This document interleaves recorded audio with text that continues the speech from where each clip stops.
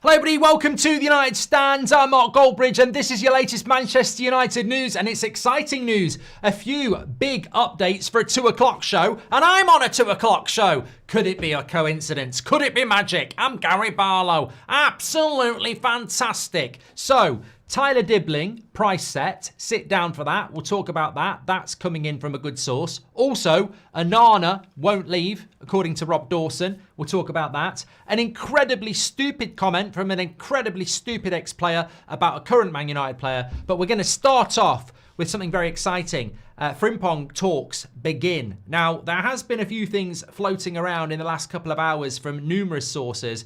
We've gone very, very close to this on the players' side, and it has been confirmed to us that talks have taken place. Now, I will say a word of warning. Obviously, when you're getting things from people close to the player, there is obviously the 5 strands of a transfer. It's made up, wants a new contract, using Manchester United to generate interest from other clubs, is genuine, and we're going to sign him. So there could be lots of different reasons for this, but certainly from players' side and people associated with the player, they're not playing this down. So read into that what you like. Talks, Frimpong, Manchester United. The reason I've got a bit of a smile on my face is because this is a player I really like. But I have held my caution on this recently because I felt that Frimpong was a Ten Hag target for the last 2 or 3 summers. Well, does that mean he is a Amrim target? So he could easily be Branthwaite, couldn't it? You know, we did want him last summer under Ashworth and Ten Hag. I don't think we want him now. Frimpong, we've wanted him for the last couple of years under Ten Hag. Do we want him now? But it is genuine, and it has been confirmed that from a certain side, talks have taken place with Frimpong and Manchester United. It's just whether you believe that. And as I said, Man United being in talks with Frimpong generates interest around Frimpong, could give him more offers.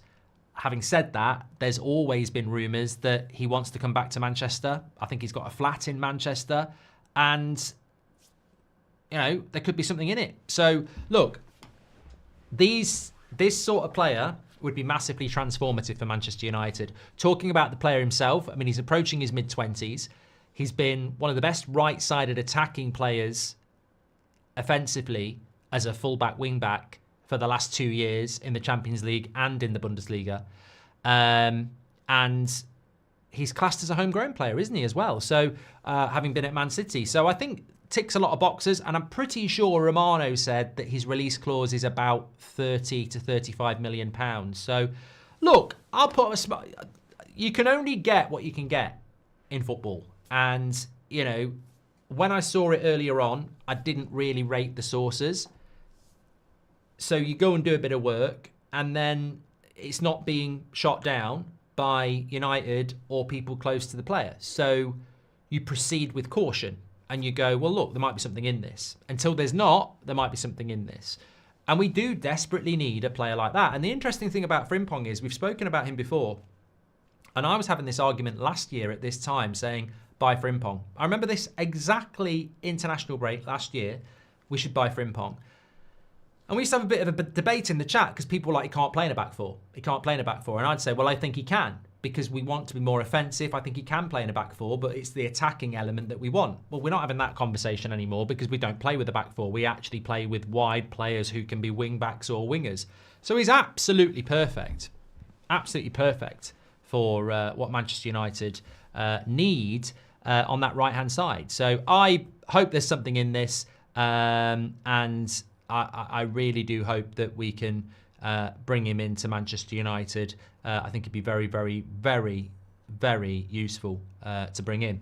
A few people talking about Onana. It's already on my list to talk about. We're dealing with the breaking news around Frimpong. Let's see if it develops. Somebody said, what if he's going to Liverpool? Mate, we could be being used here.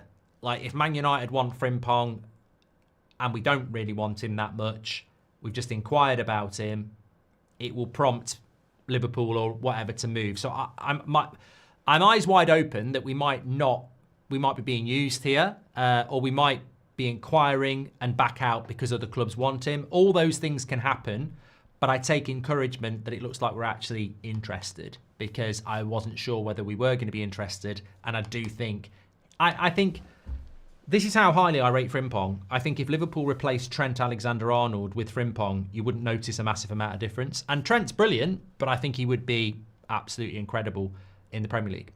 Lloyd, welcome to Members Club. A stupid comment from a stupid player. Shock, says Sir Dave.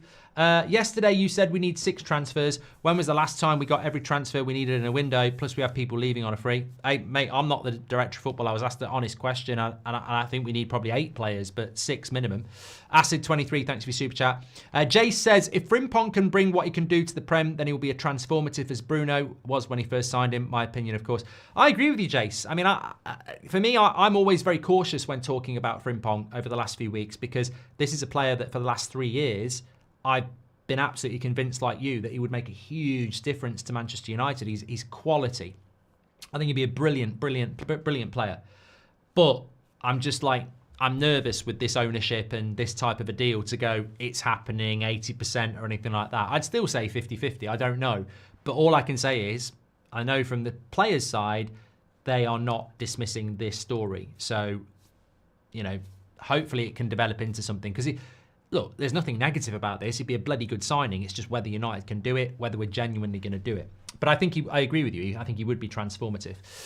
Forms says, first United's worst Premier League season, and now my favourite hockey team have been relegated. Can't wait for the season to end so that I can reset mentally. Thank you, at least, for the good content, Mark. Mate, we've still got the Europa League.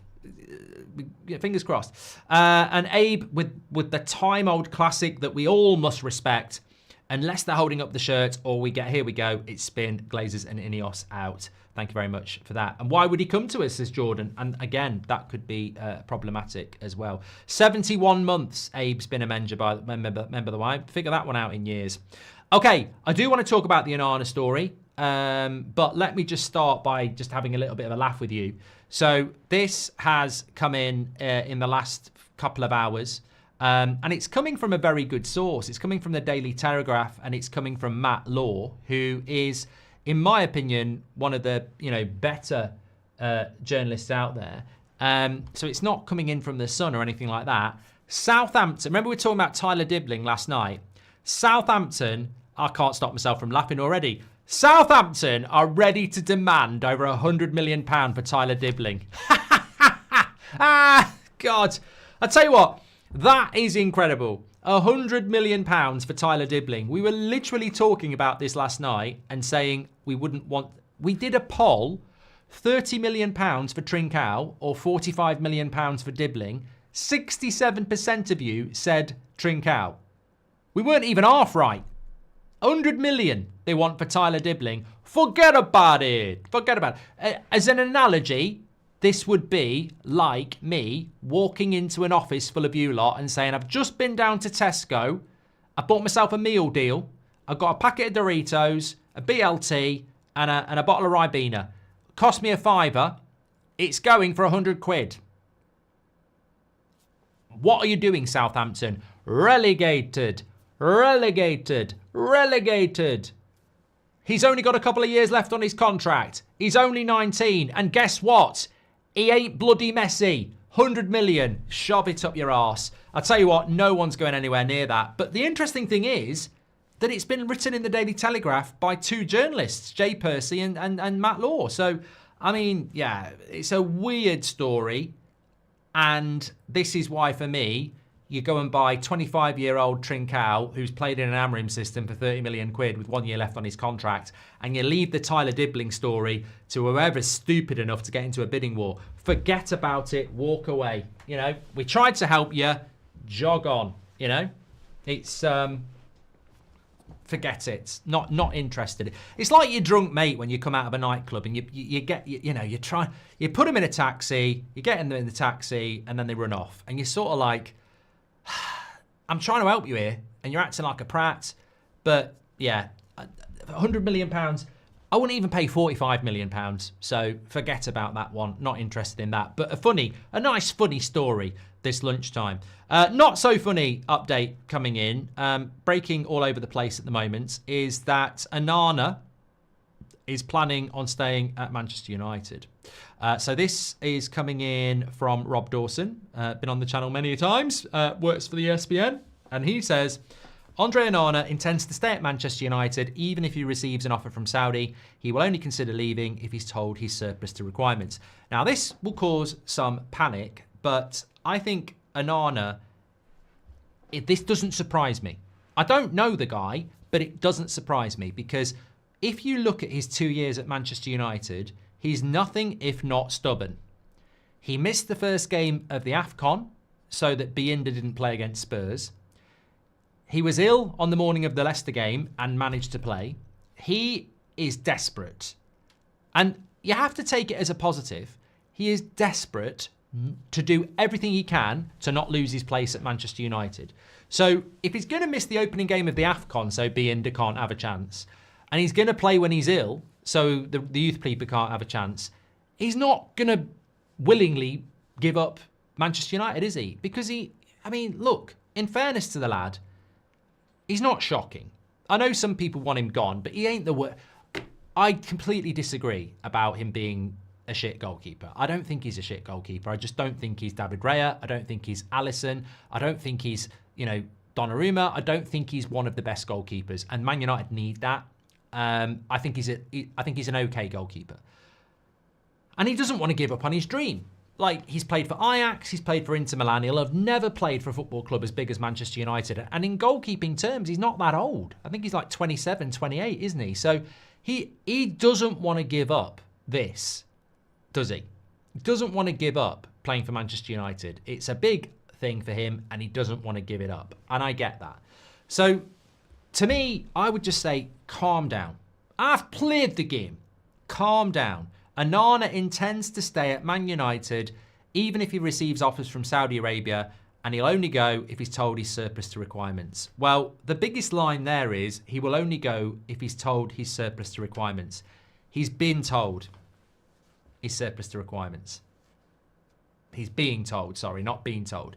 He's being told. That's going to happen. So, Rob Dawson's not saying that Onana's staying. He's saying that Onana wants to stay unless he's told they don't want him anymore. And as I told you last week, and as it's been verified by numerous other sources since we broke that story over a week ago, Amorim wants to replace Onana. And he wants to replace Onana because he wants his own guy. He doesn't have the confidence in Amorim, in Onana. He sees him as Ten Hag's guy. He wants his own guy. He wants his own goalkeeper. But this will not be decided by Amorim, and it will not be decided by Onana. This will be decided by Sir Jim, because it's whether Man United are going to give Amorim the goalkeeper he wants. Because if he's not given a goalkeeper, Amorim will have to use Onana. So this actually will be decided by whether Manchester United Football Club have got the money and appetite to go and get Amorim what he wants. But Amorim 100% wants his own goalkeeper. He wants his own guy. Onana 100% doesn't want to go. But if Man United deliver the goalkeeper that Amorim wants, then Onana's gone. And it's as simple as that. And it won't be his decision. So I'm not that worried. Mads Oliver, welcome to the Members Club. Appreciate that. Anders Stanson says, get Cunha and Trincao for 100, jog on Saints. I mean, that's the incredible thing. You would get Trincao and you would get Cherki and you would get Cunha for about 120 million, and yet they want 100 million for Tyler Dibling. It's incredible, really. But look, look. I'm not in the game of undermining young talented players, whether they wear a Man United shirt or not. And he is a very, very talented player, and he would be very, very welcome at Manchester United, but not for the prices that are being. Look, I haven't seen Southampton as much as maybe some of you would, but I've seen them probably 3 or 4 times this season. And he's looked okay, but he hasn't stood out. I mean, I've seen 19-year-olds playing for teams like Everton, in the past, and you rarely see it. With Dibling, he's looked good. I can see the potential, but let's not start pretending he's the next Wayne Rooney or anything like that. Wayne Rooney, what he was doing at Everton at like 16, 17 was just incredible. And I'm not saying, Rooney was an exception, but I don't see it with Dibling at the moment. I don't see that sort of price, really. And also, I think we need a bit of experience. Michael speaks. Let him speak, Michael. Mark, imagine Ineos and the Glazers mistakenly adding you to their group chat, just like Trump's intel people did with a journalist. It's crazy, isn't it? It'd be good fun, though. Sir Dave, gifted 5 memberships. You're a legend. Thank you very much. Appreciate that, Sir Dave. And make sure you give him a W in the chat if you've saw that. And M. Parker's in the chat. Hope you're doing well, mate. Says, Onana can't stay. Mark, do something. He's talentless. Chill out. Calm down. Don't worry about it. I really do think that it really is more about what Onana wants. And he will be told he's surplus to requirements if we can bring a goalkeeper in. What I will say is, if Ineos say, or Sir Jim Radcliffe says to Amrim, we can't buy a goalkeeper, Amrim's going to keep Onana. Like, he's not going to, you know, that. So, if Onana stays, it'll be because Man United haven't delivered Amrim what he wants. Simple as that. Simple as that. Did you see today, actually? I feel like, you know, we are a community and we are allowed to have our opinions. And I did see today, and I've got to say, I found it absolutely shocking, if I'm being completely honest. I know Beth mentioned it this morning, but I am going to mention it again. Paul Parker, ex-England Manchester United player. I mean, this is the guy who, I think he did an article on me a year ago. So I know he talks absolute ass. Garnacho. I liked him when he came through and he had that Argentinian fire in his belly, which he's lost completely. He's let himself and his family down. He's let his club down because he's not taken advantage of the talent he was supposed to have. Oh my God. I mean, oh my God. Oh my God. He's letting his family down. He's letting his self down. He's letting the club down. And he's completely lost what he had when he came through. What the hell? You know, I know everybody's got an opinion these days. And I know every opinion has to be respected. But that is complete and utter nonsense. I mean, this is what happens when you give ex-players who are bitter and twisted a microphone. It is just unbelievable.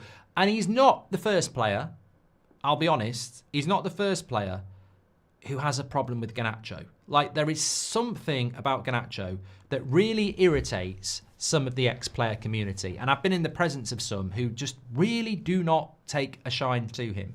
But how has he let his family down? And how has he let the club down? And how has he let himself down? And how has he lost what he had when he first broke through? I mean, correct me if I'm wrong, but the last couple of games he's actually done all right. Statistically, over the last 2 years, he's actually done all right. I think there's a better player than what we're seeing out there, but he's also adjusting to a new system. Like, we don't play with wingers anymore. I just don't get it. Whether you like Garnacho or not, I think that is a preposterous statement, and it should be called out as completely and utterly irrational and nonsense. I think the only opinion that actually matters is that of Ruben Amorim.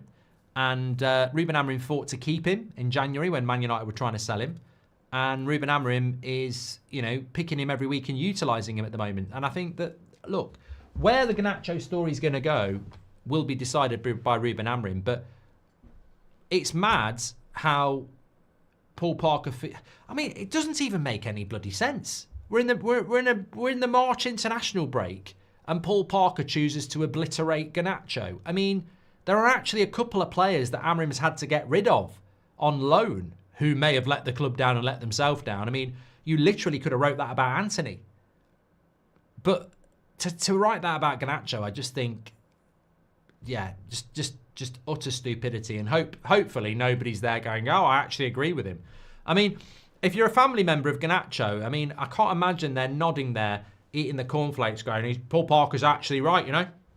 Actually right. Pass me the caviar. Yeah, Garnacho got us some last night. Yeah, you know, lovely house. Yeah, he's right. You know, he's absolutely right. Here we are, you know, he's earning loads and loads of money. We're living in this lovely house, but he's let us all down. He's let us all down. You know, if he'd have made that pass last week, we'd be more proud of him. I mean, it's just absolute crap, isn't it? I just, you know what? It makes me so grateful for the community that we have and what we're building when that is classed as an opinion. I mean, I don't know. He's let his family down. He's let the club down. He's not even doing that bad. He's still only 20 years of age. And the thing is, Paul Parker was still at Man United when we had Ryan Giggs coming through. I think he was there when Nicky Butt was coming through. I think he was there when David Beckham was coming through. Imagine him saying that about David Beckham at 20, who wasn't even the player he became. You've let your family down, you let yourself down, you've let the club down because you didn't make that pass. Madness. Michael Speaks, welcome to the Mumba Members Club. You're a legend, mate. And Patrick Lynch says, do you think if Bienda starts in the Europa games, that's a clear indicator that Onana is surplus to requirements? Those are the most important games. Would dropping Onana be a sign? I would almost run a poll on this, Patrick, but I think people will vote against Onana because they wouldn't do it. I genuinely think he will go with Onana in the Europa League. But if he didn't, it would be very reminiscent in a different way of what Mourinho did in the Europa League. Because, correct me if I'm wrong, Romero played in the final against Ajax because Romero was our Europa League goalkeeper. I think I'm right in that. I think I am right in that. God, you know, time goes by. But obviously De Gea was better than Romero, but Mourinho stuck with the fact that Romero was the Europa League goalkeeper. So I don't know whether Amrim will go back to that principle. I think Onana will end up in goal. But look, honestly, we're in a cup competition that could go to penalties. I'd go with Bienda. I think he's better at penalties. So we went out in the FA Cup because Onana's not very good at penalties. If Bienda had been in goal, I think we would have had a better chance. So cup competition, I think Bienda is a better goalkeeper when it comes to penalties. So, but I think he will stick with Onana. I would take Adam Wharton over Dibling. This is Ashton. Different positions, but yeah, I think it would be good. A good option there. Parker constantly spouts shite. Strange, really, says Anders. I saw, to be honest, I think it must be quite difficult for ex-players because they didn't earn the money that the modern player earns, and I think that leads to a lot of bitterness. They're also not able to play anymore, and I think it's difficult. You know, it's very, very difficult to adjust to being unable to play football anymore. And I think bitterness comes from those two things. I think there is a frustration that you can't play anymore, and there is a frustration that you didn't earn as much as the modern player earns. And it must be quite frustrating at times if you're like in your 50s and you're watching the modern game and going, if I'd have played in this era, I'd be earning 100 grand a week and I'd be better than a lot of these. I get that. And we've not walked in those shoes. So I do get that. But the problem with it is when the bitterness comes out and like that, it's just a bit preposterous, isn't it? But it's almost like they have to say things like that now to be heard, because actually we are talking about it, and you know, sometimes that's what it takes, isn't it? M. Parker says, Paul is no family member of mine. Thank you very much for that. And Forms says, I sometimes miss Romero. Very solid backup in my opinion. I think Romero would be our starting keeper, wouldn't he now?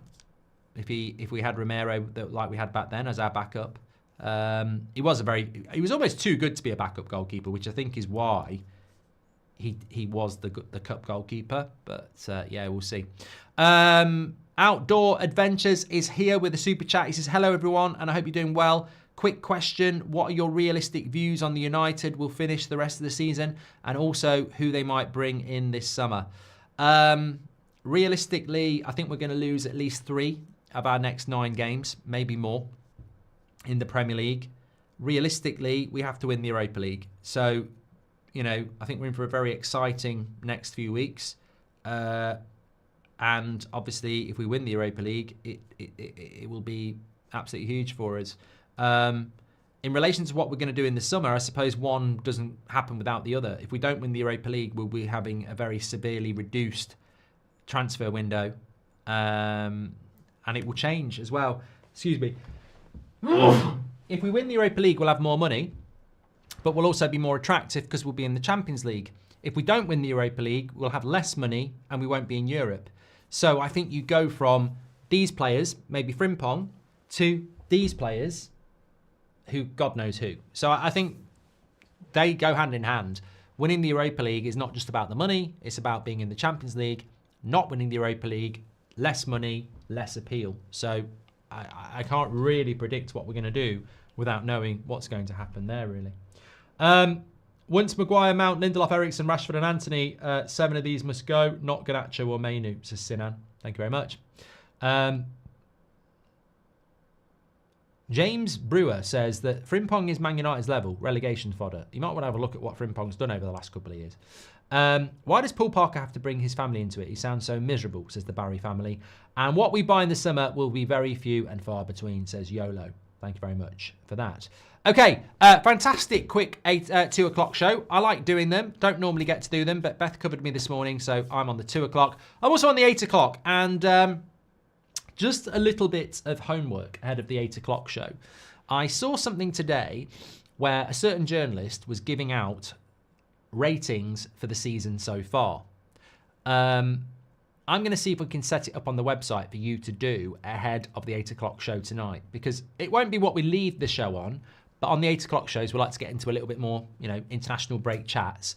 I'm going to be reacting to some of those season ratings, and I want you to start thinking of yourself, for yourself. So what would you give someone like Garnacho as a season rating out of 10 if 6 is the average? What would you give Bruno? Those sort of things. So we're going to go through some of that if we get time later on tonight as well. Because giving De Ligt a 5 is, to me, if you gave De Ligt below average for the season, you shouldn't even be allowed to be a sports journalist. That's not opinion. That's just downright wrong. It's just downright agenda. It's stupidity. We can all have an opinion, but that's just not a valid opinion. Ridiculous.